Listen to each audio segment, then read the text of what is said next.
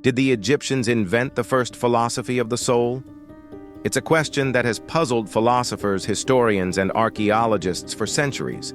The ancient Egyptians had an incredibly rich, intricate belief system when it came to life, death, and the afterlife, one that involved a deep understanding of the soul's immortality.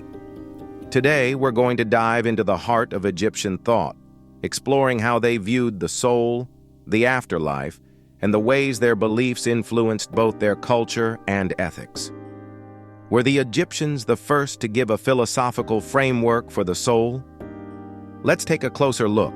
The ancient Egyptians believed that the soul wasn't a singular entity, but rather a complex combination of different parts that interacted with one another. Unlike many other ancient civilizations, the Egyptians had a clear and defined philosophy of the soul, its immortality, and its journey after death. The soul, in their view, consisted of three primary components: Ka, Ba, and Ak. Let's break it down. The Ka was the essence of life, a spiritual double that existed from birth and remained with the individual throughout life. Think of it as a person's life force, always present but invisible. After death, the Ka would stay near the body, and the deceased's family would offer sustenance, food, and prayers to ensure the Ka's well-being. Without the Ka, the person couldn't exist in the afterlife. The Ba, on the other hand, represented the unique, individualized aspects of a person, like their personality, character, and spirit. Unlike the Ka, the Ba was mobile.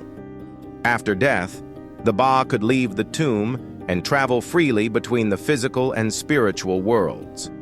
It's often depicted in ancient art as a human-headed bird, representing its ability to fly and move between different realms. Finally, the Ak was the transformed soul, a more abstract and elevated state of being. After successfully navigating the trials of the afterlife, the Ak emerged as a perfected and divine entity. It represented immortality in its purest form, freed from the limitations of the physical body. Now that we understand the three parts of the soul, we need to look at what happens after death. For the Egyptians, death wasn't the end. It was a transition to another state of being, and that transition was fraught with challenges. The journey to the afterlife began in the Duat, the Egyptian underworld, a dark and perilous realm that the soul had to navigate before it could reach the ultimate goal. Aru, or the Field of Reeds, the Egyptian version of paradise. The path wasn't easy, though. There were many tests along the way, and these trials were vital to achieving eternal life.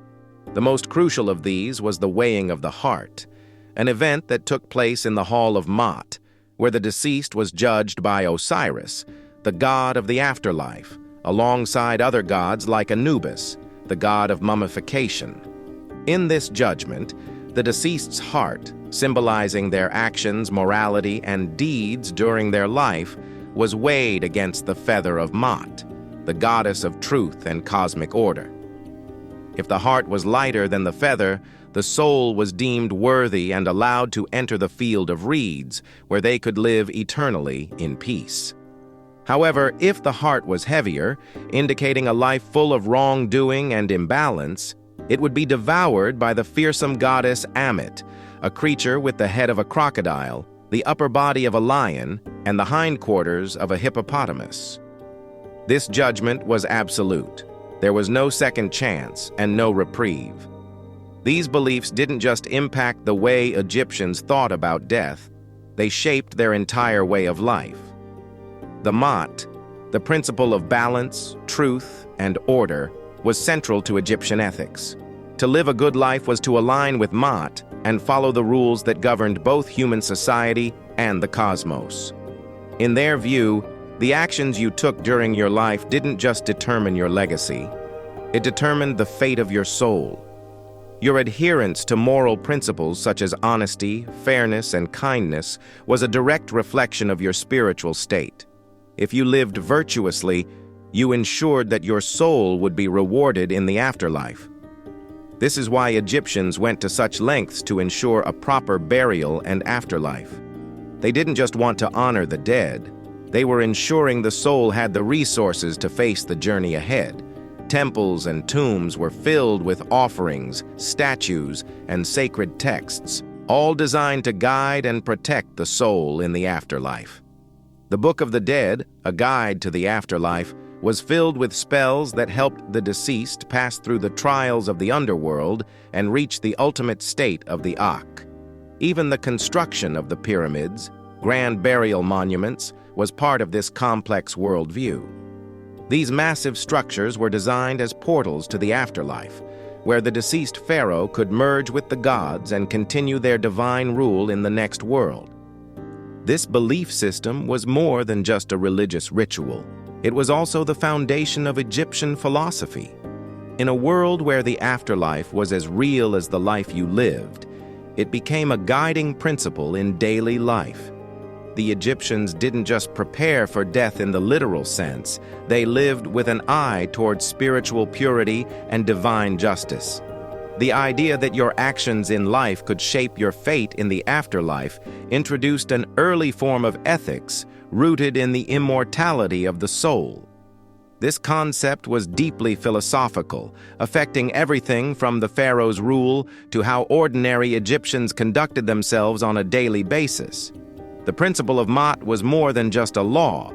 It was a cosmic truth that held the universe together. Interestingly, many ideas that the Egyptians held about the soul influenced later philosophical and spiritual systems. Ancient Greek philosophers like Plato were certainly influenced by Egyptian thought. In particular, his notions of the soul's immortality and its connection to the body echo the Egyptian idea of a multifaceted soul. Plato even visited Egypt, where he likely encountered these ideas firsthand. Later, in various religious traditions, you see echoes of this Egyptian view of the soul's journey.